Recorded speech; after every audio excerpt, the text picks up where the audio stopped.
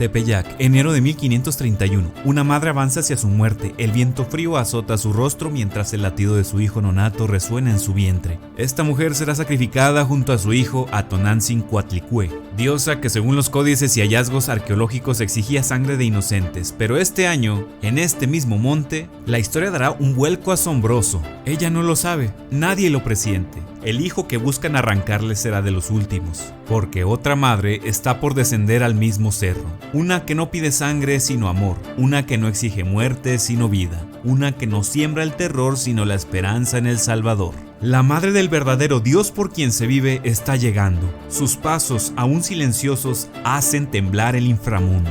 La serpiente de piedra sentirá por fin el talón de la mujer que la aplastará. Ella sube a este mismo cerro y sus pasos, invisibles aún, hacen temblar a la serpiente. Ha llegado el fin de la noche, ha llegado quien pisa la cabeza del mal. Y este no es un mito, no es una leyenda. Esta es la historia real que transformó para siempre el corazón de un continente.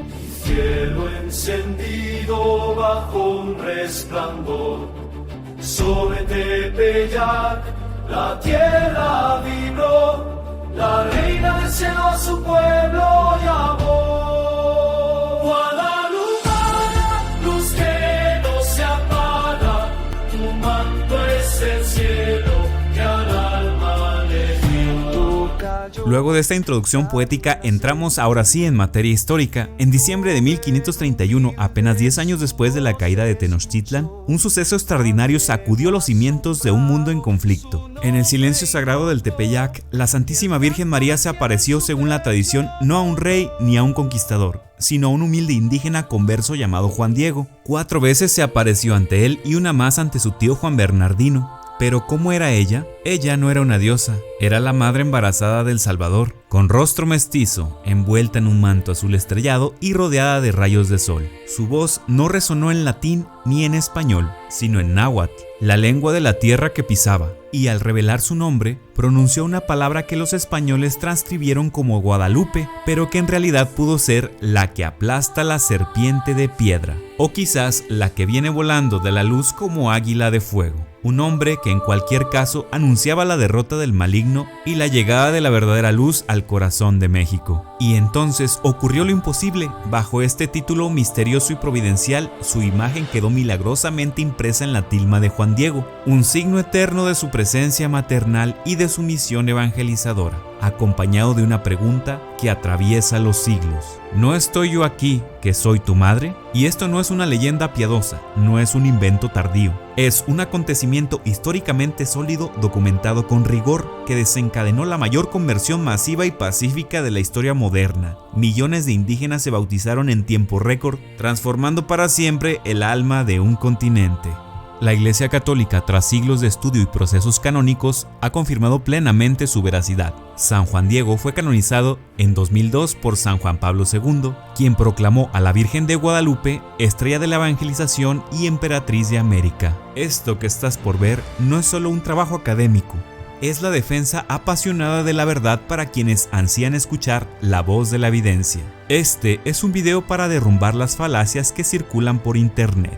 Vivimos en una era digital donde abundan las calumnias, las burlas, el desprecio y la desinformación. Vivimos en una era donde Guadalupe ya no es tomada con la pasión y el amor que tuvo en su momento. Así que hoy estos mitos modernos caen como torres de naipes ante el peso de la verdad histórica y la evidencia. Este video es la defensa. Esta es la respuesta contundente al escepticismo moderno y la respuesta a los videos más virales que alguna vez viste en su contra. Esta es la defensa del milagro guadalupano en la era digital. Comenzamos. El Cerro del Tepeyac no era un sitio cualquiera, era un santuario de peregrinación dedicado a una deidad madre, conocida por el título genérico de Tonantzin. Para captar su peso simbólico es necesario mirar hacia el corazón mismo de la cosmovisión mexica, el imponente Templo Mayor en Tenochtitlan. Allí, las excavaciones arqueológicas dirigidas por Eduardo Matos Moctezuma revelaron de manera contundente e imposible de ignorar la práctica de sacrificios de niños y mujeres. No se trata de rumores coloniales ni de exageraciones misioneras. En la ofrenda 48 se hallaron los restos de 42 infantes, la mayoría entre 3 y 6 años, sacrificados ritualmente a los dioses de la lluvia, los tlaloques, como describe Leonardo López Luján en su estudio sobre el Templo Mayor. El análisis osteológico mostró marcadas evidencias de sacrificio, señales claras de un mundo religioso donde la vida era ofrenda y la muerte moneda. Todo indica que este depósito es la expresión material de ceremonias sacrificales motivadas por sequías severas a mediados del siglo XV. Junto a ellos, los arqueólogos encontraron los huesos de un recién nacido y una mujer adulta asociada a rituales de fertilidad y súplica de lluvias, colocando en el centro a los dos pilares de la existencia, la madre y el hijo. Fray Bernardino de Sahagún, en el Códice Florentino, libro 2, describe los sacrificios semejantes ofrecidos a la diosa madre Coatlicue,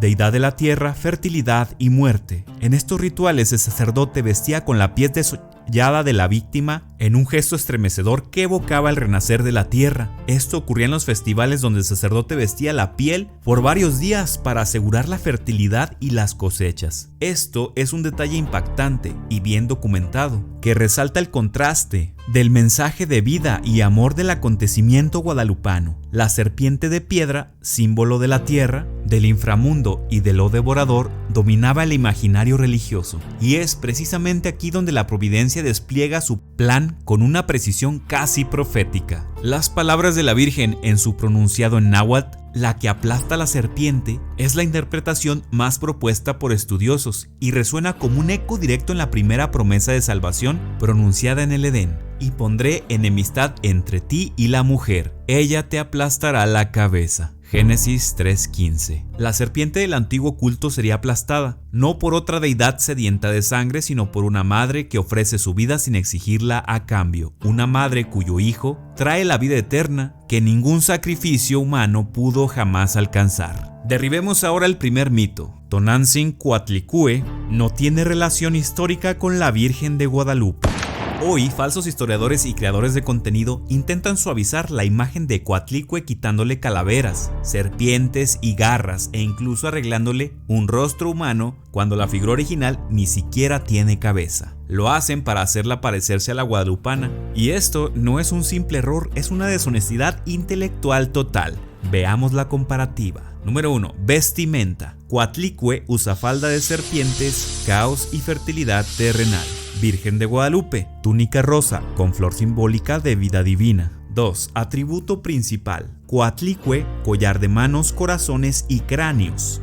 Virgen de Guadalupe, broche con cruz, vida y redención. 3. Coatlicue, rostro. No tiene rostro humano, solo dos cabezas de serpiente confrontadas. Virgen de Guadalupe, rostro mestizo y compasivo. 4. Manos. Coatlicue, garras de jaguar, naturaleza predatoria. Virgen de Guadalupe, manos en oración, intercesión y humildad. 5. Estado. Coatlicue, madre de Huitzilopochtli. Virgen de Guadalupe, mujer embarazada del Salvador. Mensaje. Coatlicue, sacrificio humano. Virgen de Guadalupe, amor y consuelo. No estoy yo aquí, que soy tu madre. La aparición en el Tepeyac no fue una casualidad, fue un signo de victoria espiritual sobre el culto a la muerte. Pisa la luna, interpretada por algunos como símbolo del Mictlán y de deidades nocturnas. Al pisarla, la Virgen muestra superioridad sobre estos falsos ídolos. Flor en el vientre, posible alusión al símbolo sagrado del centro del cosmos. La Virgen proclama: el Dios verdadero está en el Hijo que lleva en su vientre. Proclamación maternal. No estoy yo aquí, que soy tu madre, establece una relación de amor, no de terror. Y uno de los más impactantes, embarazo como desafío teológico. ¿Ya imaginaron las escenas en el Templo Mayor de Tenochtitlan? Estas víctimas llevan símbolos de maternidad, como la cinta alta en el vientre, indicativa de embarazo en la cultura náhuatl, y entonces aparece ella. La Virgen de Guadalupe se presenta embarazada, con la cinta negra, colocada en lo alto de su vientre, un símbolo azteca tradicional de maternidad noble, usado por mujeres embarazadas para honrar su rol en la continuidad de la vida,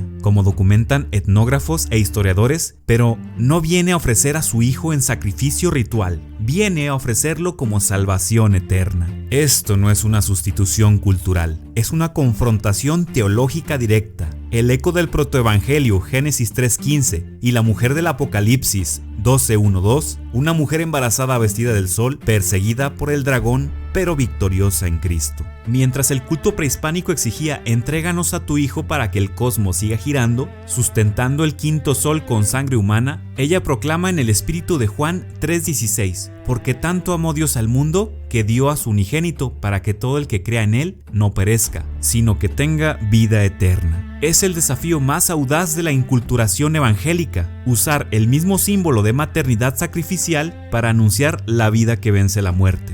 Pero esto, que ya es de por sí extraordinario, es solo una parte de un plan mayor. Cada elemento de la imagen guarda un mensaje que resignificó la cultura entera. Esto no fue una simple adaptación, fue una revelación. En conclusión de esta primera parte, la Virgen no vino a reemplazar a Coatlicue, vino a destronarla, como Moisés destruyó al falso ídolo. Cada elemento de su imagen fue un desafío directo. Donde había serpientes, puso misericordia. Donde había garras, puso manos en oración. Donde había cráneos, puso una cruz redentora. Donde se exigía muerte, ofreció la vida eterna que nos trae su Hijo. ¿Y saben lo más extraordinario? Los indígenas lo entendieron al instante. Un pueblo cansado de sangre reconoció en ella la verdadera madre, y en menos de 10 años, 9 millones se convirtieron. Pero esto solo es el primer acto de una historia que está a punto de volverse aún más sorprendente.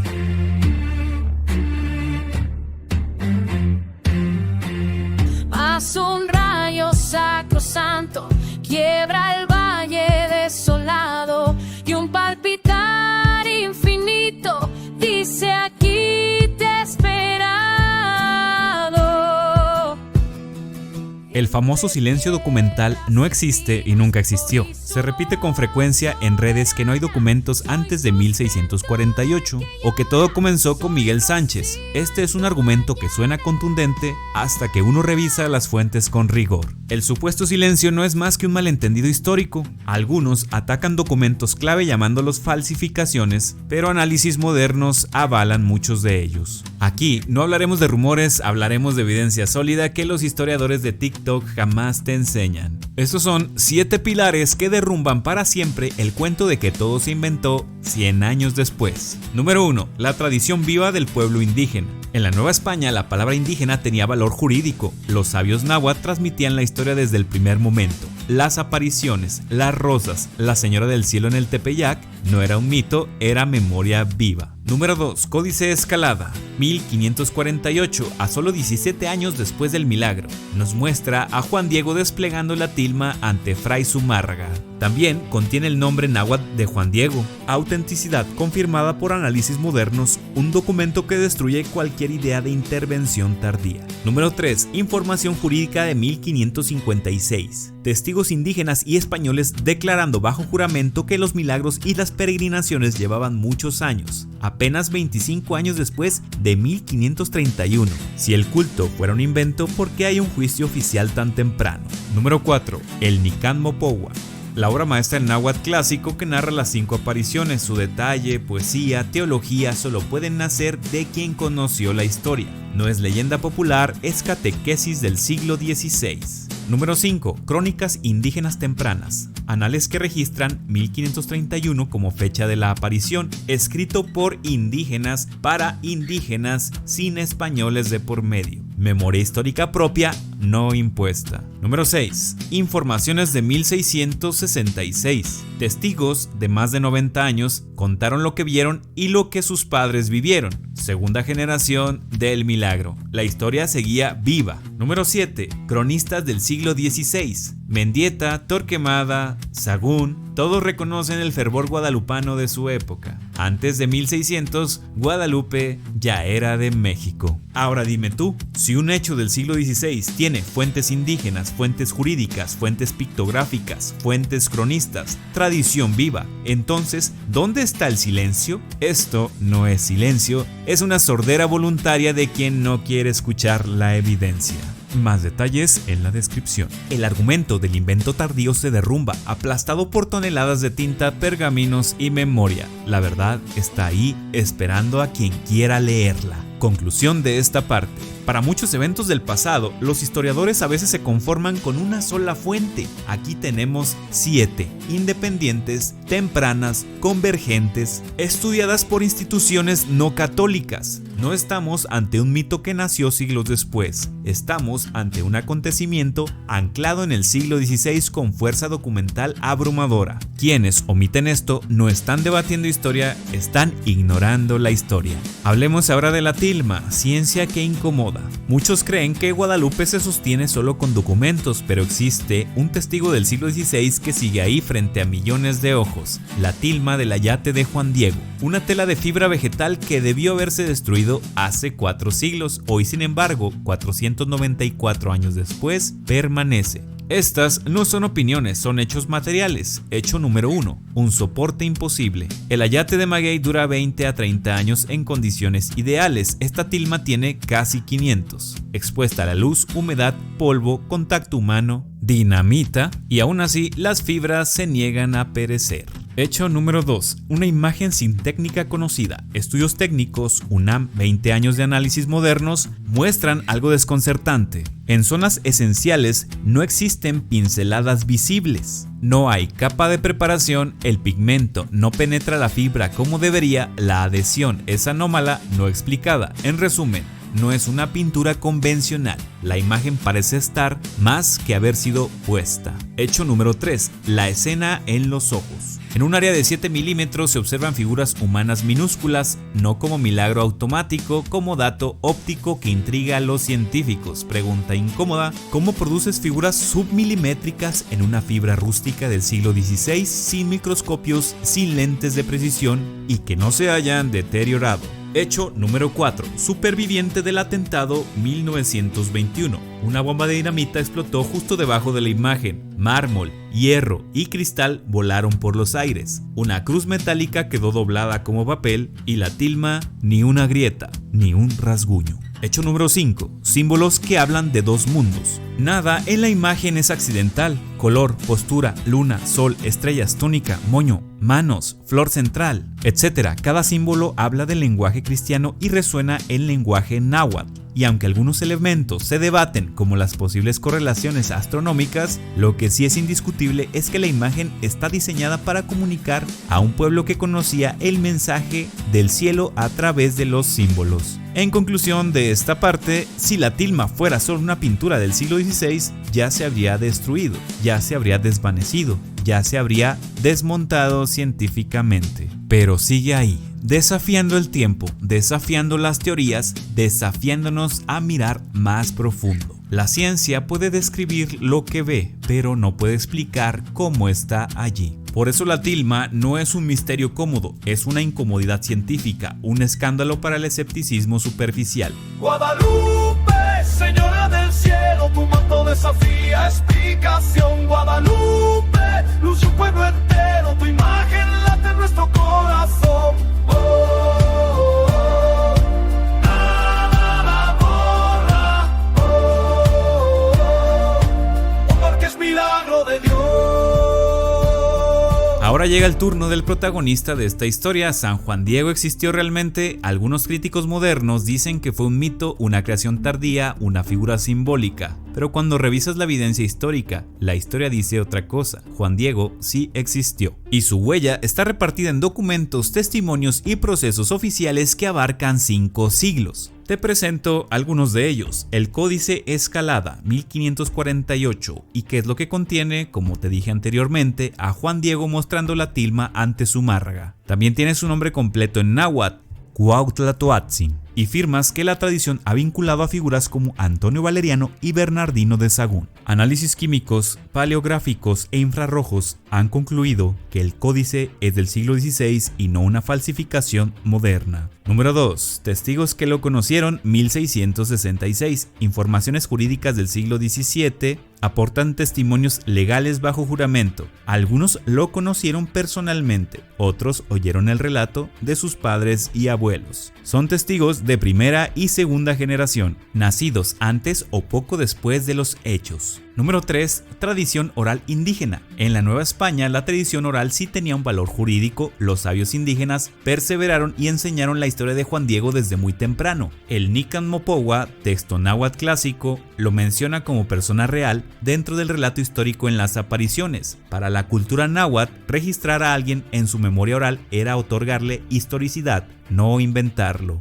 La iglesia lo revisó todo en 2002, cuando la iglesia abrió el proceso de canonización, reunió más de 1200 páginas de documentos y estudios, evaluó todas las objeciones, examinó toda la evidencia disponible. La Positio del 2002 concluyó que su existencia es moralmente cierta. No fue una decisión emotiva, sino el resultado del escrutinio formal y adversativo. En fin, hoy ya no hablamos de hipótesis, hay documentos pictográficos del siglo XVI, hay testigos, relatos indígenas, hay revisión canónica moderna. Juan Diego fue real y su experiencia también lo fue. Juan Diego no fue una metáfora, fue un hombre concreto, humilde, amado por Dios, cuyo testimonio cambió la historia de un país. Ahora hablemos del acontecimiento que encendió un continente. Después de describir los documentos, la tilma y la existencia real de Juan Diego, queda una pregunta que grita desde el corazón de la historia. ¿Qué pasó después? ¿Qué cambio realmente hubo en México? La respuesta no está en un archivo, la respuesta está en ti, en mí y en todos los que aún hoy caminamos al Tepeyac. Porque lo que ocurrió después de 1531 es, sin exagerar, el mayor despertar espiritual de la historia de América. México estaba herido, la guerra había dejado ciudades en ruinas, la cosmovisión indígena se había quebrado, epidemias, injusticias, desesperanza. Los frailes se entregaban con amor heroico, sí,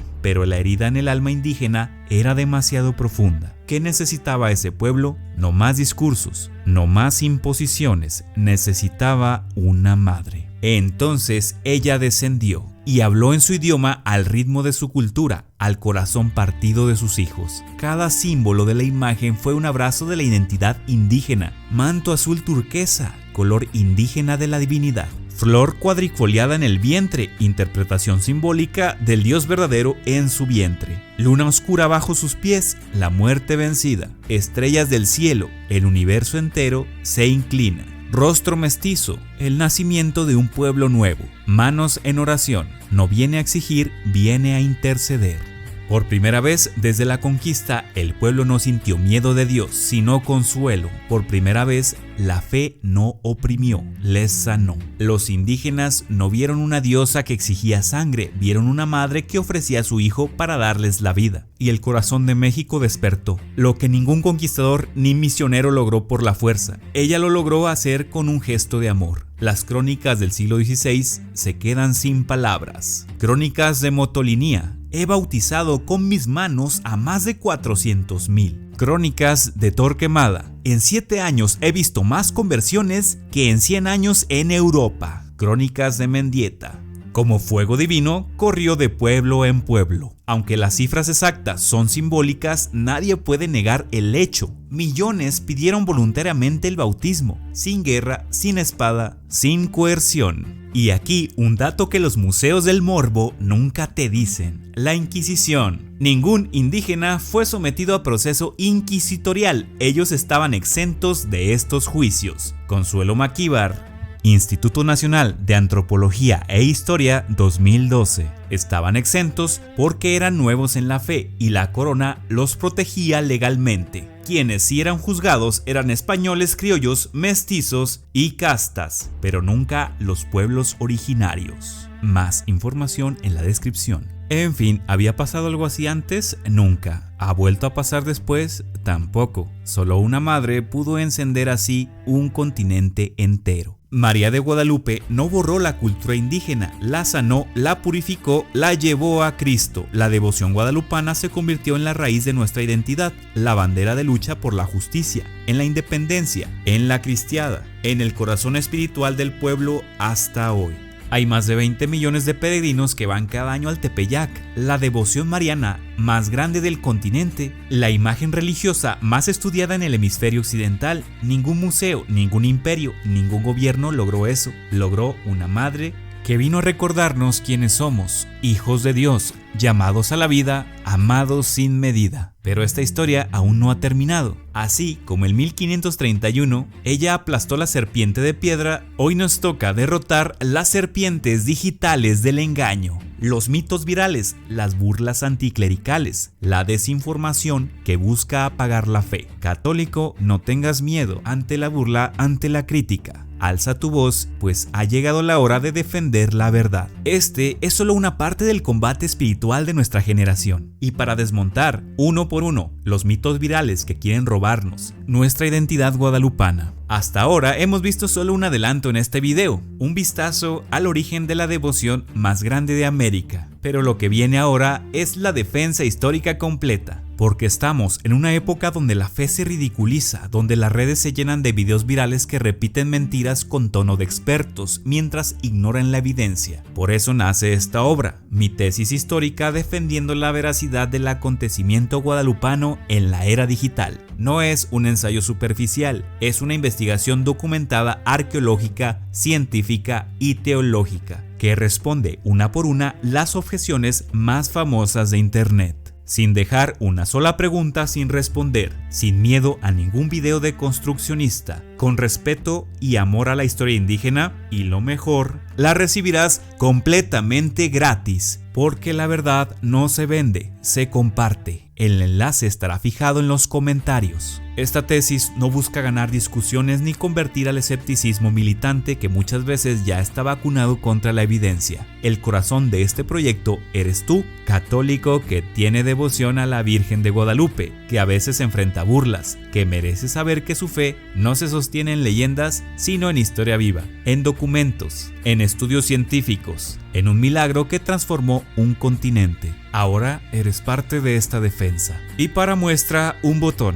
Destruyendo el mito, Marcos Zipac pintó la tilma. Uno de los videos más virales asegura que Marcos Zipac de Aquino pintó la tilma en 1556, copiando una imagen española traída por Cortés que todos sabían que era pintura y que la iglesia lo ocultó. Suena convincente hasta que miramos la historia real. Vamos derrumbándolo en 4 golpes. Golpe 1. El silencio documental. Dicen, todos sabían que Zipac la pintó, pero el dato más importante es este. No existe ni un solo documento del siglo XVI civil, eclesiástico, artístico o indígena que vincule a Zipac con la tilma. Y eso importa porque la segunda mitad del siglo XVI es una de las mejor documentadas en todo el mundo novohispano. Si hubiera un encargo así, ¿dónde está el pago? ¿Dónde está el registro del taller? ¿Dónde está el contrato? ¿Dónde está la carta del obispo? ¿Dónde está la mención de un cronista? ¿Existe? No, no hay nada. Cero. Solo silencio. Y en historia, silencio documental es igual a no afirmes lo que no puedes probar. Golpe número 2.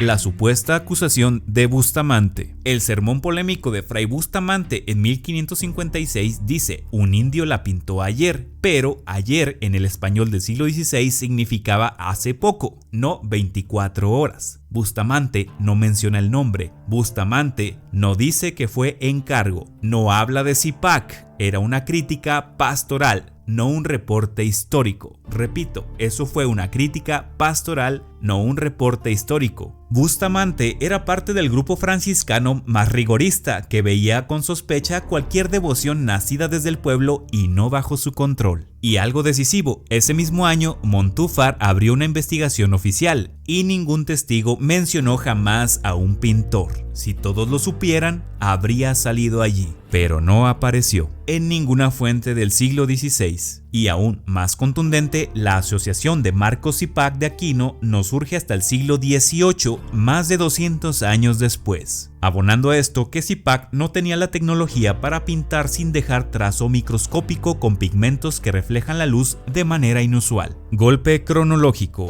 es imposible. Los videos dicen que la tilma fue pintada en 1556, pero el Códice Escalada 1548 ya muestra a Juan Diego desplegando la tilma ante Zumárraga, 8 años antes del supuesto pintor. Conclusión lógica: no puedes documentar en 1548 lo pintado en 1556. Golpe 4. Técnico y simbólico. Aún si existiera un pintor, hay un problema. Ningún artista en el siglo XVI podría hacer lo que tiene la imagen. No tiene boceto previo. No tiene imprimatura ni capa de preparación, no se ven pinceladas en zonas centrales, pigmentos aún no identificados, fibra 100% de maguey no apta para obra fina, detalles microscópicos en los ojos. Imposible que sin lupa o microscopio que no existían en la Nueva España. Además, no hay ninguna imagen europea antigua que coincida simbólica ni iconográficamente. Si Zipac hubiera copiado de Europa, ¿de dónde sacó los símbolos náhuatl que un artista español no conocía? Es más sencillo. La tilma no es copia, no es pintura convencional, no hay técnica humana que le explique. El mito exige creer que los franciscanos encargaron la pintura, pero luego los más rigoristas de ellos mismos la denunciaron como falsa. Los indígenas aceptaron una pintura reciente como milagro y que nunca nadie dejó registro del encargo, en la época más documentada. Además de que un artista pudo hacerlo humanamente imposible. Esa no es historia, esa es teoría de conspiración mal editada.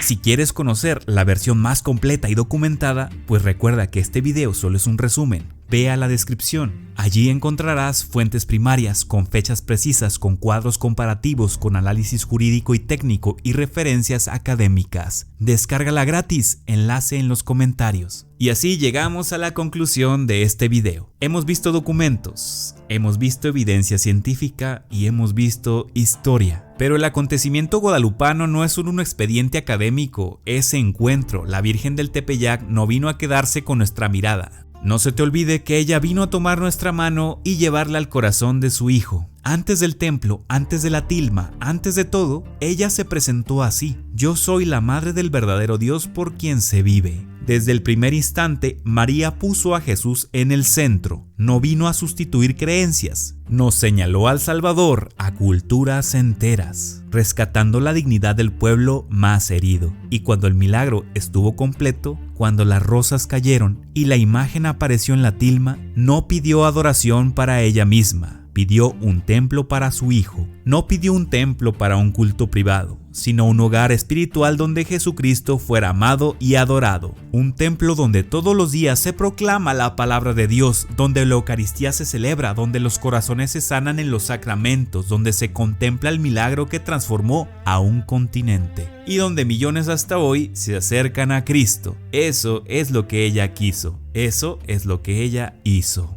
No vino a tomar el lugar de Dios, vino a abrirnos el camino hacia Él, como en Caná. Hagan lo que Él les diga, lo que nos diga el verdadero Dios por quien se vive. Y así, con un ayate humilde y un mensajero sencillo, vemos cómo el Espíritu Santo a través de Juan Diego puede transformar la historia de un continente entero. Y aún con todo mi esfuerzo por hacer la tesis, hay algo que ningún archivo puede medir: el milagro que vive en el corazón del pueblo. Porque si hablamos no solo de documentos, sino de la fe viva en México, los números se vuelven inmensos. Casi 500 años de devoción continua, millones de peregrinos cada año en el Tepeyac, hogares enteros que guardan en su historia el día que ella intercedió por ellos. Quizás una enfermedad que se fue, un accidente evitado, un migrante que sobrevivió, un enfermo sanado, una vida que volvió a empezar. No hay un registro oficial de ello, pero hay algo más poderoso: el testimonio. Si contáramos los de cada generación desde 1531 hasta hoy, estaríamos hablando de cientos de miles de milagros. Y ese océano de gratitud es también evidencia. Evidencia viva, evidencia oral, evidencia que no cabe en un museo, ni en un libro, ni en una tesis. Por todo esto, no queda más que agradecer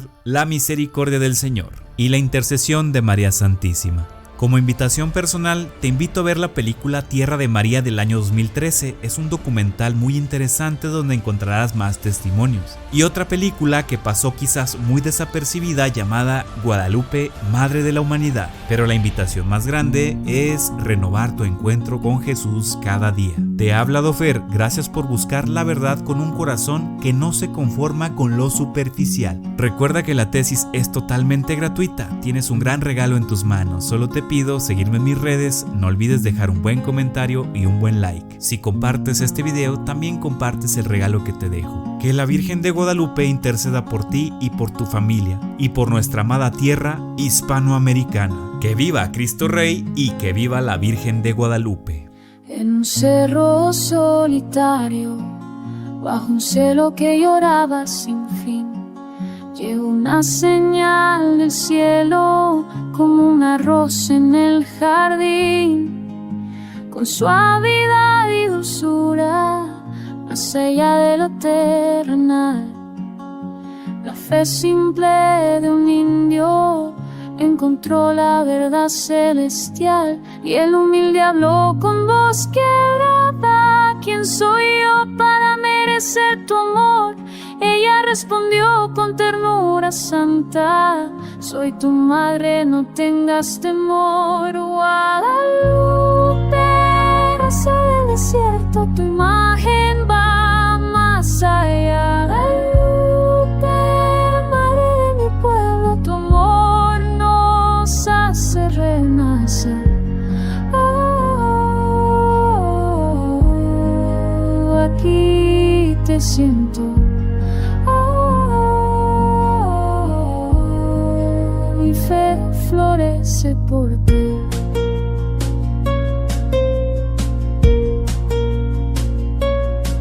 Los años pasan lentamente, pero el allá te sigue en pie. Las pruebas caen una a una ante el misterio de tu fe. Las flores brotan del tiempo, tu mirada nos hace crecer. Un tesoro de amor eterno que el mundo no puede entender. Y los pobres vienen a tus brazos con el alma llena de dolor. Tus meses como a niños, en mi regazo hay salvación. Guadalupe, rosa del desierto, tu imagen va más allá. Guadalupe, madre de mi pueblo, tu amor nos hace renacer. Aquí te siento. Mi fe florece. Ciencia ni razones que expliquen tu presencia aquí. El cerro guarda tu verdad y el viento canta sin fin. Guadalupe,